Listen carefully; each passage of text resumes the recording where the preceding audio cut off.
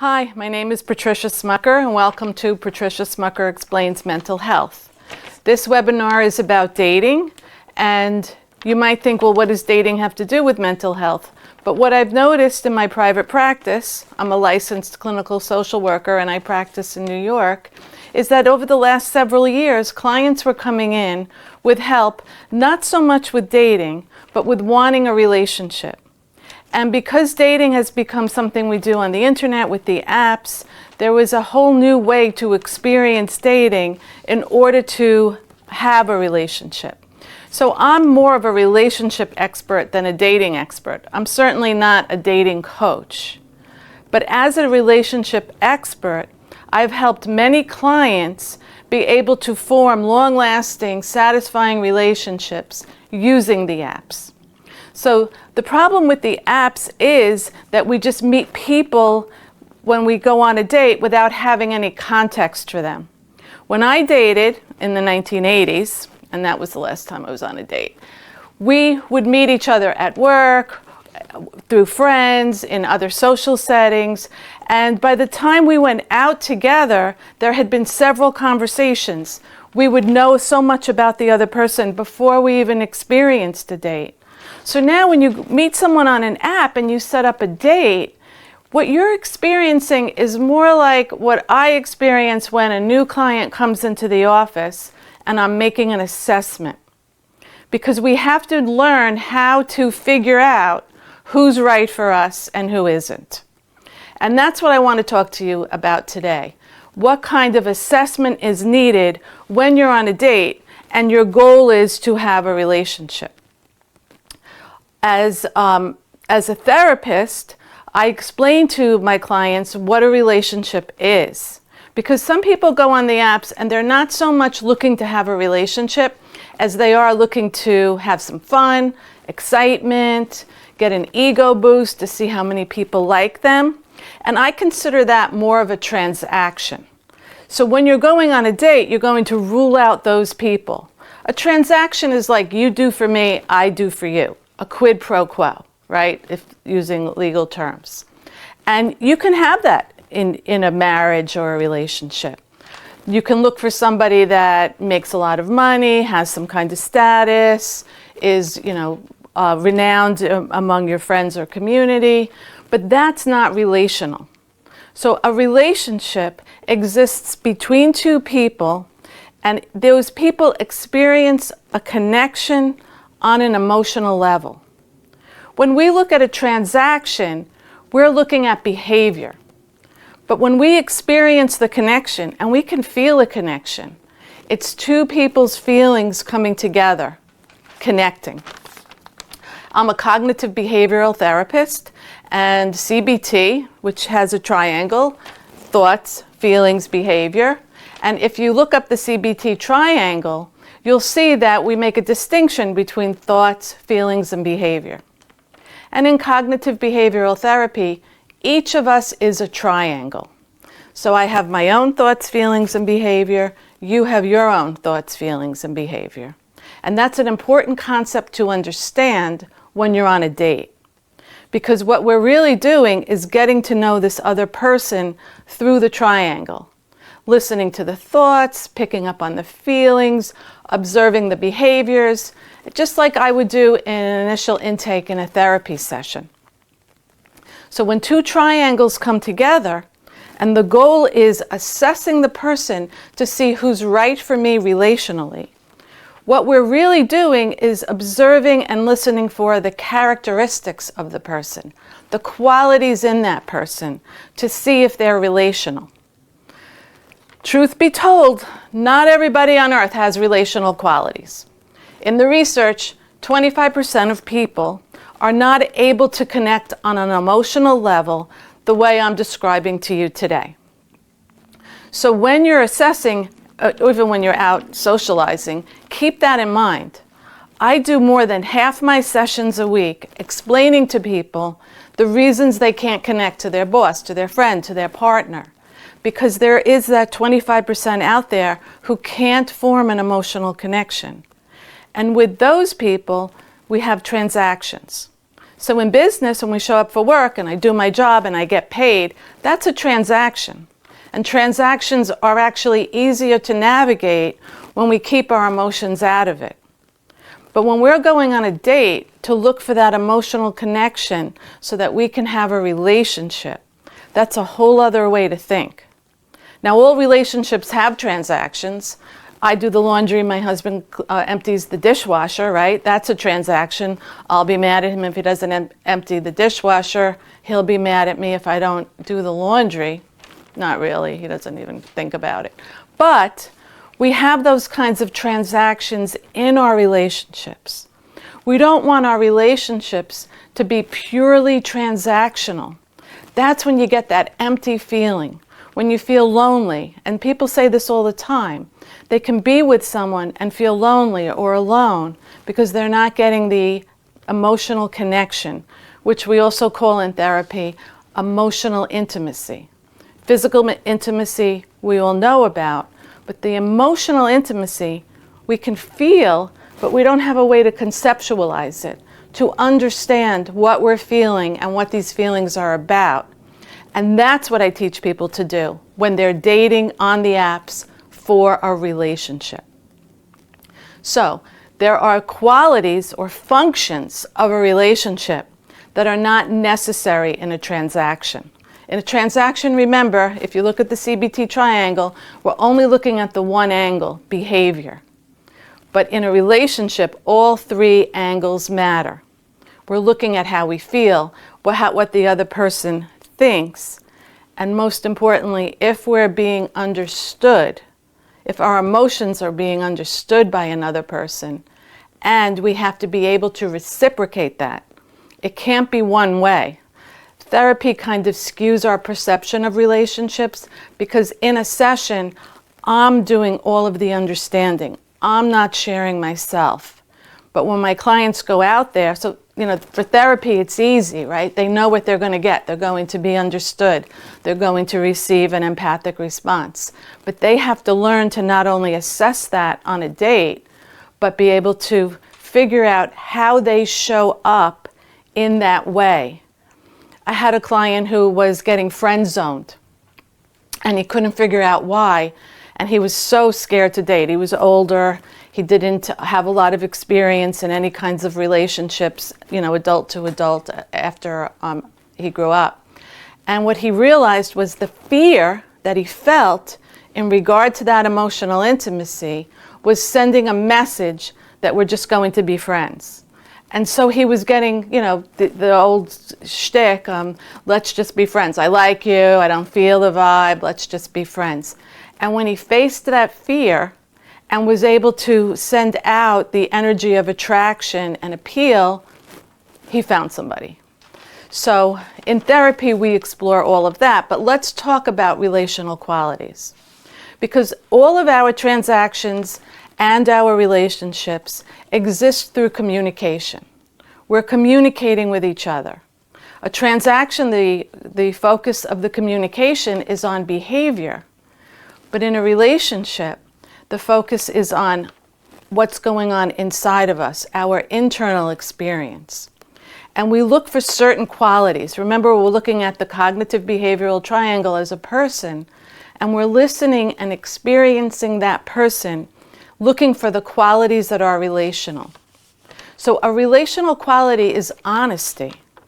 Lying is a big deal breaker in a relationship because it breaks trust. And trust is the foundation of every relationship.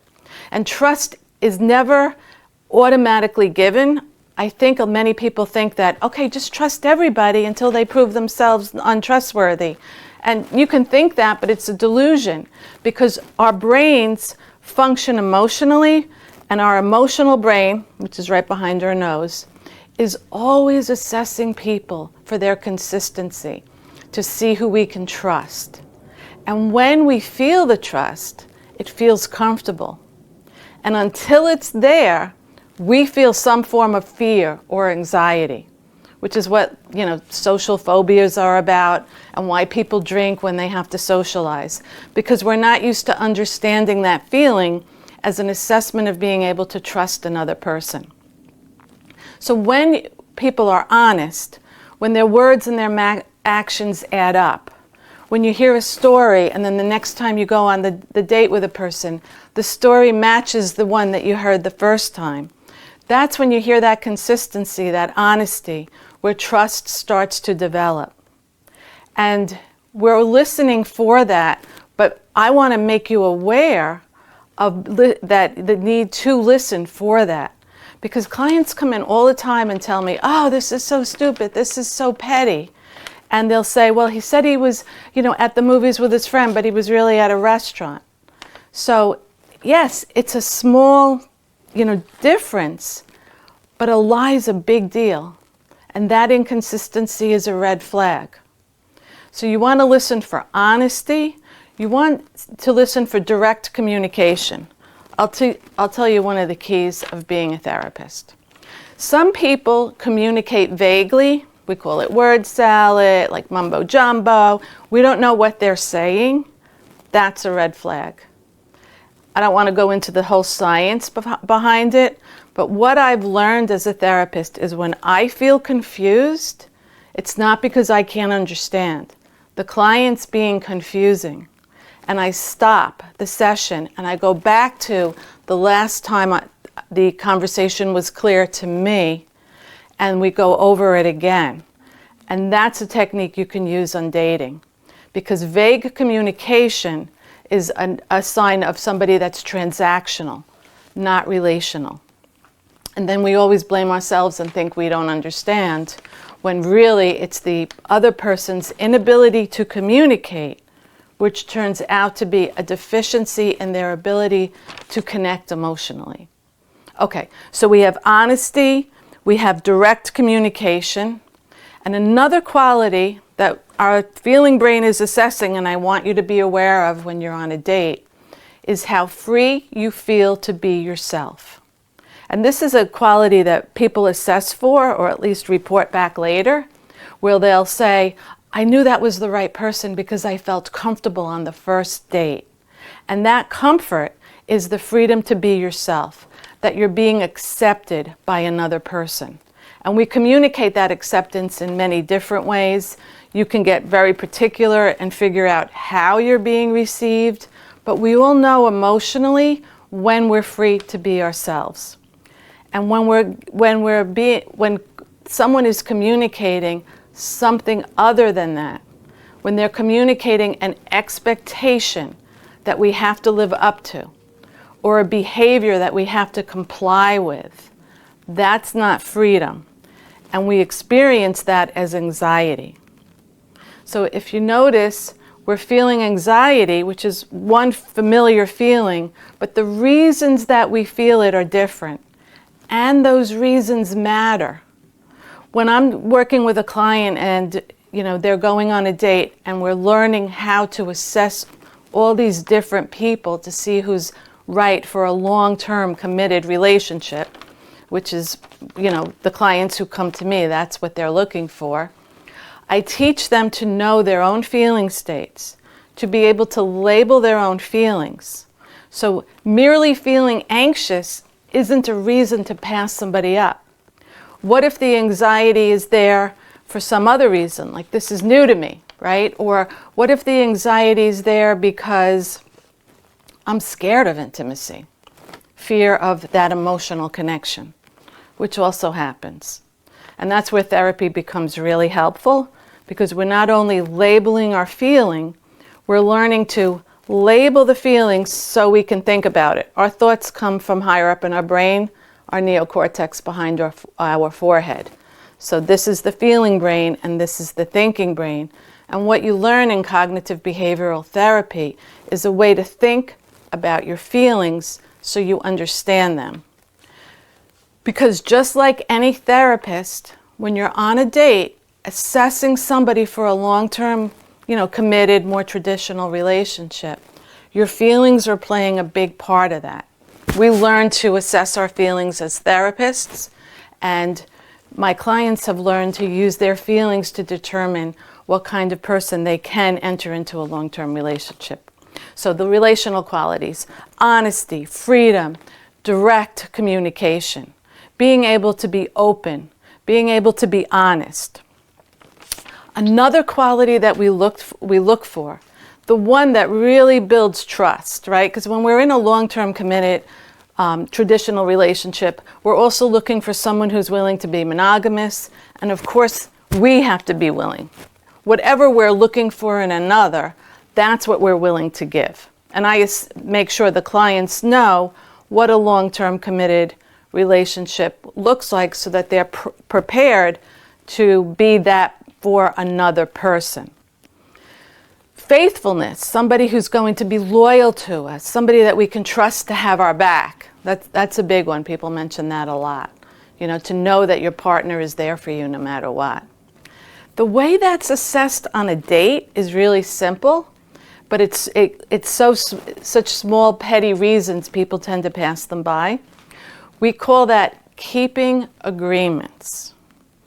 Well, a person who keeps their agreements is somebody who's building trust, and in the long term is most likely someone we can trust.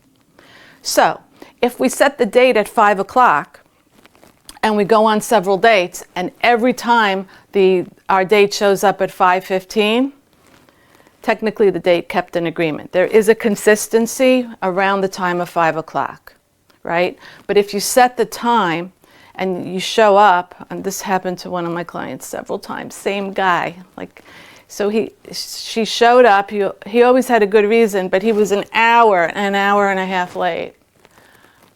In my opinion, one time out, an hour and a half, that's out. She gave him several opportunities, and then he was out.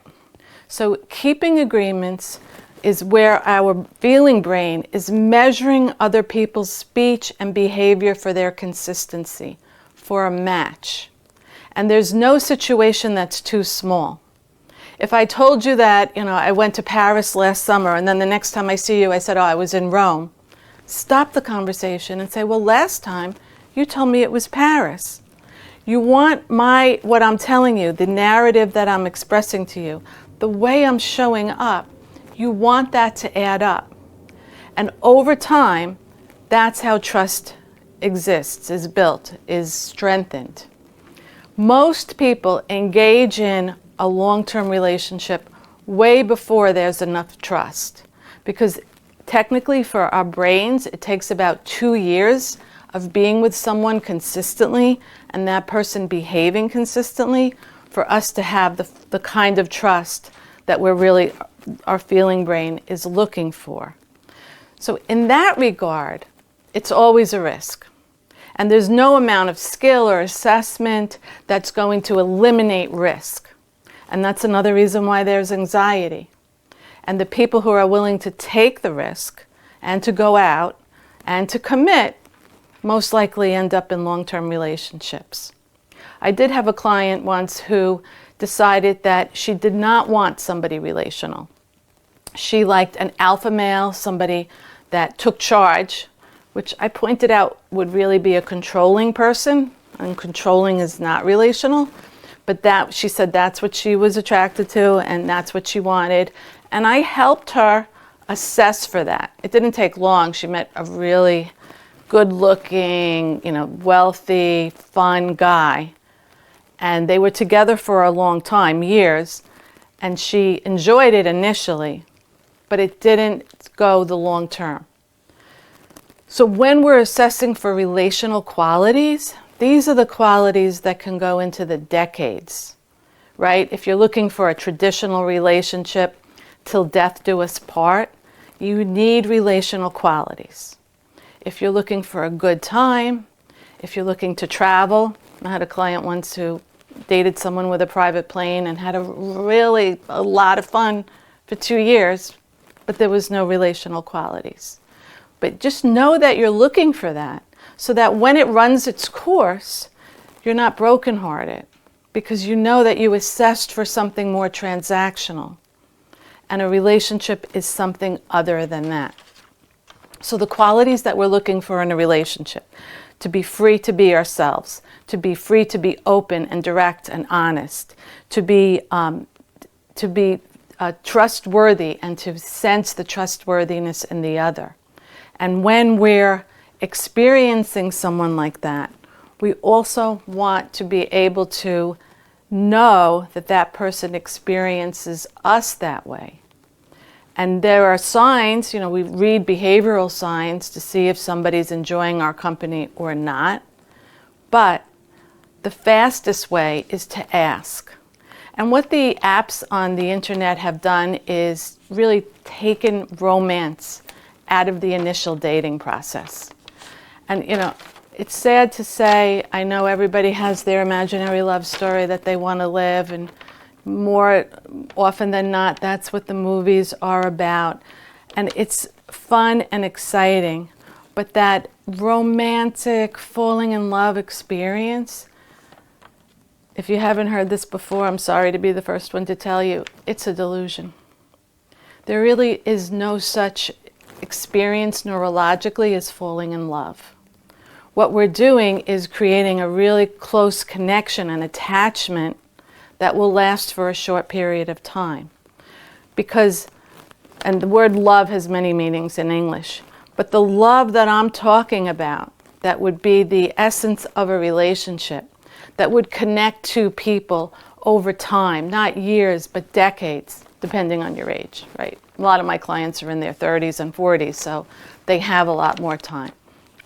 I once had a client who came in who was 92, and she had just started dating. And she only had one question for me. She only had 2 sessions, and the question was, how old do I look?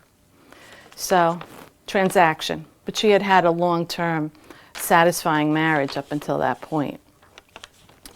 And that's my point here. If you know what you're looking for, you'll find it. If you think you're looking for a relationship, you have to know what a relationship is. Because the high that we feel when we've fallen in love, it's great and it could lead to a relationship, but these qualities have to be there in the other person in order for it to lead to a long-term, committed, monogamous relationship that's satisfying. A lot of people stay together way beyond the satisfaction. They form an attachment, it's convenient, it's too expensive to split up. I mean, those are good reasons to stay together if that's your experience. But the people I work with want a long-term satisfying relationship where their needs are met and their partner's needs are met. And we have to be able to know the difference between our needs and our wants in order for our needs to be met. And we have to be willing to hear the needs of our partner. And so that leads us to another quality that's relational, probably the most important one, and that's empathy. Now, there's a lot of miscommunication on the internet about empathy, and I can't get into an in-depth study on what empathy is. So suffice it to say, empathy is a complicated neurological process. Empathy is not a feeling. When as a therapist, people ask me all the time, oh, do you get burnt out? Like, in other words, do my feelings become so overwhelming, so uncomfortable and overwhelming that I can't do the work? No, I don't get burnt out because I stay in an empathic state when I'm working. Burnout is created in sympathy. And a lot of people think empathy and sympathy are synonyms, and they are not. And I could tell you this really succinctly. Sympathy is a function of every transaction. Transactional people can be sympathetic. Why? Because our feelings, we all have feelings, and the feelings are the same. You feel sad, I feel sad. Oh, we can feel sad together. We can commiserate on our sadness. That's sympathy. It feels comfortable, but it's not the complicated neurological process of empathy. Sympathy, and look at S, sympathy, same. The feelings are the same. You go to a funeral, the person feels sad. Everyone there knows what sad feels, so we have sympathy. We say sympathy. But when we're in a relationship, we don't want sympathy. What I realized early on in my career as a therapist, because I was really into sympathy, I didn't even know the difference. And I noticed that the clients would push back when I was being sympathetic. And one in particular really cleared it up for me. She said, it's condescending. She said, it's like you feel sorry for me. And in that state, it was like I was looking down on her. And I could understand what she said. And that's when I started to research what empathy was. And I looked into improving my ability to empathize, which wasn't as great as I thought it was at the time. But I had enough empathy in my brain to be able to improve upon it. One of the greatest teachers of empathy to me was a client who came in, and when he had a great marriage. I mean, his problems were not a typical reason people came to therapy. It was more external than what was going on inside. But he had a 50-plus year marriage. He had kids that loved him. His grandchildren adored him. And when I would talk to him, I noticed that when he would tell me about a conversation, his mind went to what the other person was experiencing. Remember the cognitive behavioral triangle, thoughts, feelings, and behavior, right? So instead of thinking about himself, he was thinking about the other person's thoughts and feelings and behavior, how the other person felt talking to him. And that really opened my mind to expand my ability to do that. Now, when we're on a date and we're assessing for empathy, that gets really tricky. Because if we empathize too much about the other person, we're not going to know what our own experience is. So if you're able to empathize and you want to, you have to be more careful with it. What Chris Voss refers to as tactile empathy, like more strategic empathy. Like I'm going to empathize and I'm going to think about my own experience. And the understanding of my own experience improves my ability to empathize with others. So that empathy is like the gold standard of relational experience. It's the highest, I think it's the highest function that our brains can, create in our relationships. And again, it's not universal. The researchers already telling us 25% of people are incapable of empathy. Does it mean they can't be in a relationship? No. But their relationships are transactional. Now, if you get two people that don't have empathy, and they create a transaction like a business deal, right? And they make a contract, we're going to be together to accomplish such and such, build a family, build a business, go into politics, which you find a lot of them there. That's legitimate. Those people really do function well in certain contexts. But if you're a person who can experience an emotional connection and you're with someone who can't, that's really frustrating. You'll feel angry, you'll get hurt, and then you're staying in this uncomfortable feeling state most of the time. I have sadly worked with people who were in those kinds of relationships and didn't want to leave. Several of them, actually. And sometimes they leave, but years later. And we work on ways to manage those feelings when their needs are not being met by the one person in the world they expected to meet their relational needs. And that's complicated to navigate, and if you're doing that, you have to know that you're doing it for a good reason, for some other reason. And if there is no other reason, it's probably better to get out. But if you're dating and you can connect and you're not getting that back, and I don't care how great the other person looks on paper, good looking, sexually attractive, status, money, power, none of that matters if you can have an emotional connection and you're not experiencing one. So when you're going on a date, and a lot of people do this, young people do this, because they see dating it's like when you go into a restaurant and it's an all-you-can-eat buffet, and it has every kind of food you can imagine and all your favorite foods, whatever, lobster, pasta, roast beef, I don't know, steak, I don't know, every food you've ever wanted to eat, and you just can't decide, and you want it all, but your appetite can only contain so much. And the internet, because it seems as if there is infinite number of matches out there, especially in the New York metropolitan area. And you could just keep swiping and going on dates and swiping and going on dates. And it's so exhaustive, it can actually become a lifestyle, and that can go on for years. But if you're really looking for a relationship, when you're at the buffet, you're going to make a choice. And when you make that choice, it means the other options are not available to you. So if you're really interested in someone who, will take you out to dinner to fancy restaurants every Saturday night, know that that's what you're looking for, but you're not looking for a relationship. And if you're dating two people and one provides the fancy dinners and another one provides the qualities of honesty and directness and builds trust, if you really want a long-term relationship, you'll choose the other one. The status and money and looks that we also look at when we're dating, we call checking boxes. So if you look at someone and they're checking all the boxes, that means you haven't learned to assess for these relational qualities.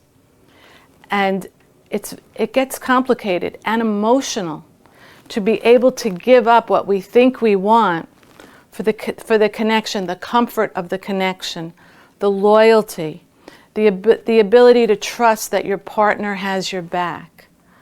I'm saying that if you're capable of an emotional connection, that's more important than how that person looks, what your friends think about him or her, or how you're going to look when you go out. If you're looking at those superficial qualities, then you're looking to form transactions. And you could do that, just know it won't last. It won't run the full gamut of the decades. And we do age out of the dating market. I use the term dating market because one of my clients brought it up. And this is a guy that was using, the metaphor of shopping while he was looking for, a woman. He wanted a wife. And so he looked at the people, the women on the apps as potential partners, and he rated them. And you could do that, right? And a lot of people do, and we don't admit it. Sometimes we don't admit it to ourselves, but it is a way our brain works, right? We want to get the best person out there that we can get. The problem with that is that we're only going to get what we can give. So we can form an imaginary partner, somebody who's going to not just meet all our needs, but compensate for all our weaknesses. And if you're going out dating with that in mind, even unconsciously, that's not going to lead to a relationship. And what people learn when they come to therapy is they learn about themselves. And we have to know ourselves, and to the extent that we do know ourselves, that will be the extent to which we'll be able to choose a partner that fits us. And when we know ourselves, we want to be able to identify with our strengths, but also be aware of our weaknesses. So if our experience to empathize is reductive, somehow, not fully empathic, knowing that will help us choose someone who's also empathic and maybe also willing to grow in empathy, because that can happen in a true relationship where there's an emotional connection with trust and loyalty. The neurology that is relational grows in our brain. Relational neurology is the synapses, the cells in our brain that form together and create a path. And we call that a neuropathway. This is really part of cognitive behavioral therapy if you've ever been in it. So a neural pathway is the way my thoughts and my experiences go. And just like a road that's been traveled on again and again and gets ridges because it's been traveled on so often, we have neural pathways in our brain that our thoughts go to automatically, create feelings that we're used to feeling, reproduce experiences that we had when we were young. So what I'm saying today, I could say a lot about neural pathways, but what I'm saying today about relationships is that a relationship is a neural pathway. And if you've never had one, then you're beginning that in your brain with another person. And as you experience that connection over the course of time, the neural pathway grows. And I call that, this is just me, this is not CBT, I call it relational neurology. So some of my therapist friends hate me for this, but I'm going to say it anyway, because it's my theory and I agree with it. And if I'm wrong, I'll admit it later, because I don't think I am. Because I've been married for so many years, I have a relational neurology, right? I have a neural pathway for a long-term committed relationship that was formed, through the course of a lot of trials and pain, not just the triumphs and the joys, but everything, the pain and the suffering, because relationships are not going to feel comfortable all of the time. I actually should have said that in the beginning. But the relational pathway in my brain is there. So if my husband died, God forbid, I know he's watching, if my husband died, I would have the relational pathway. It would stay. Now, a lot of that pathway involves him. And when he's gone, that pathway changes. And when it changes, there's heartache, a broken heart, if it's a breakup, if it's a loss of a partner, grief. I've had clients after breakups come to my office, collapse on the floor, and cry so much there was a puddle. There's no carpeting in there. That's one of the reasons. And I understood that the relational neurology for that person was breaking up. It's an attachment, right? A relationship creates an attachment. Not all attachments are relationships. But when that changes, there's pain.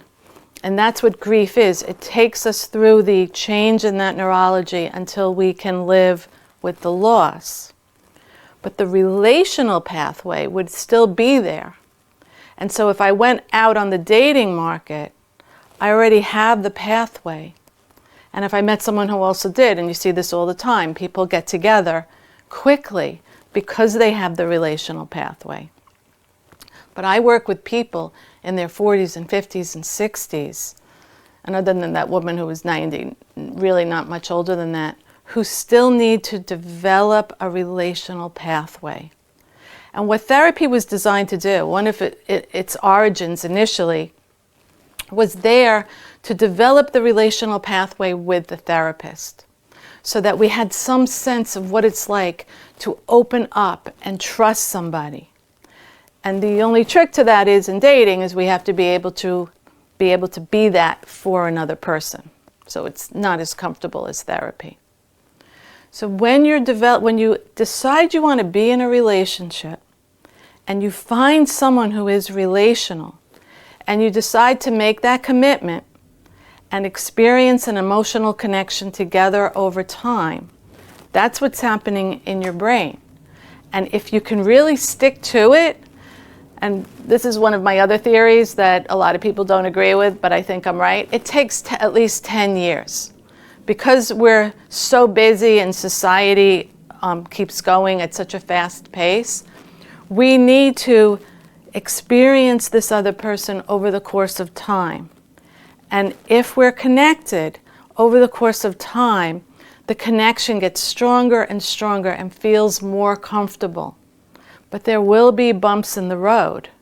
And a lot of people just bail because of the movies and our idealized expectations.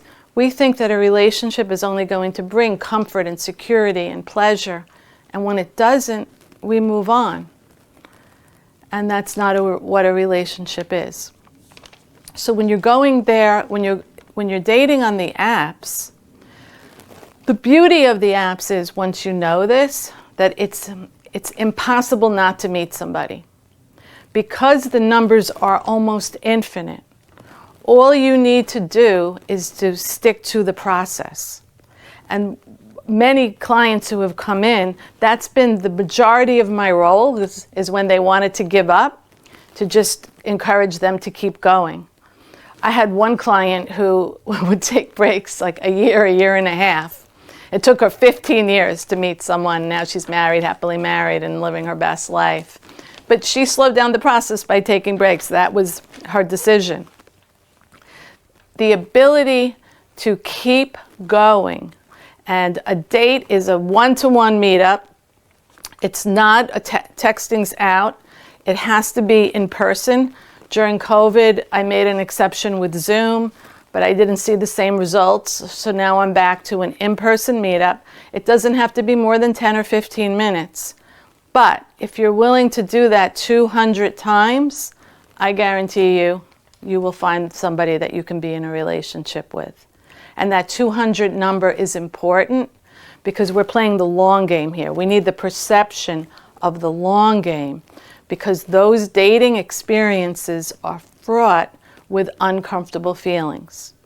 And when we feel uncomfortable, we want to feel comfortable, so we bail. We just do something else. And a lot of people come to date after they've dated 10 to 15 years. They come for treatment because it didn't work. But it didn't work because they weren't able to manage their own uncomfortable feelings and to understand them and to keep going. Never give up. The key to getting anything you want out of life, especially, in this case, dating on the apps, is to believe it's possible.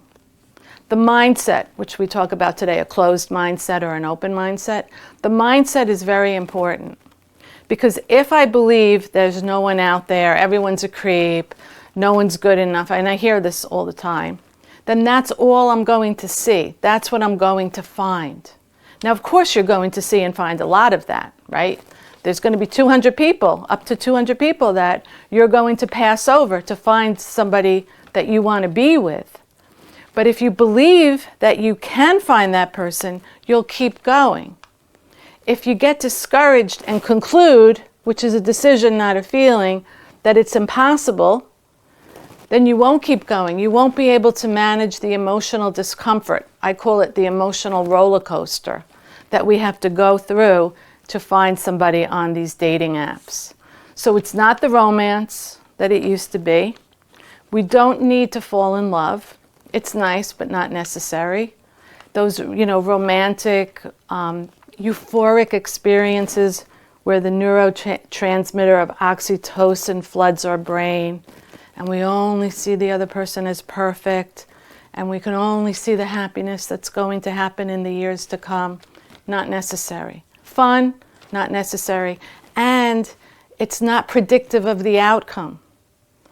So don't get it, because of the apps and dating is so much more transactional initially than relational, don't get caught up in the falling in love experience. Think about the qualities that are important when you're living with someone day in and day out for a long time.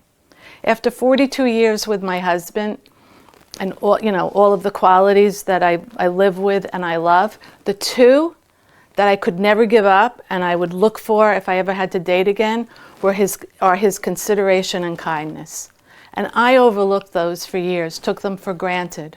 But when I started doing this work, I realized, oh, those are not universal qualities and they're really nice to have. So if you look for the relational qualities in another person, not the transactions, even though they're there, don't look for checking the boxes. You can use the apps to find the long-term relationship that you need and want. Okay, if there are any questions, you can put them in the chat and I can answer them. And I can recap. I just want to say, remember the points I made to experience the difference between a relationship and a transaction. Transactions are behavioral and relationships exist emotionally through those qualities. Honesty, empathy, kindness, consideration also come from empathy. Trust, being direct, honest, those are the relational qualities. Be willing to play the long game. Think of it as hundreds of dates. Don't go on 10 and then say it didn't work. That would be in the 80s. But in the 2000s, you have an infinite number of possibilities. You just keep going. Remember that you're assessing, you're not just experiencing the date. An assessment is cognitive. We experience the date emotionally, so we're learning to think about our feelings. We're thinking of the other person as a triangle, not just with thoughts, feelings, and behavior, but with qualities and characteristics like kindness and consideration that are necessary for a long-term, comfortable relationship. And most importantly, know yourself and stay with the idea that even if you think it's not possible, you can always break that up by thinking, I may not be right. There may be a possibility here that I'm not seeing. And then you can find the motivation to keep going. So someone asked, could you define empathy as it relates to relationships? So empathy is mostly a relational quality. Thank you for that question, because I don't think I said this. Empathy is the ability to imagine another person's experience when it's different than our own through our own experience. So I have a limited experience, but we all have the same emotional states. So I use my experience to imagine your experience, not just what happened to you, but how you felt and even what you thought. And I need to listen, right, to connect to you in that empathic way. There would have to be some communication from you for me to be able to do that. Does that answer the question? Any other questions? Okay. Okay. Well, our time's almost up. Thank you all for joining. Have a good night and don't give up. Don't give up on whatever your goal is. Dating is just one goal. The only guarantee that it won't happen is if you give up. Just keep going. And have a good night.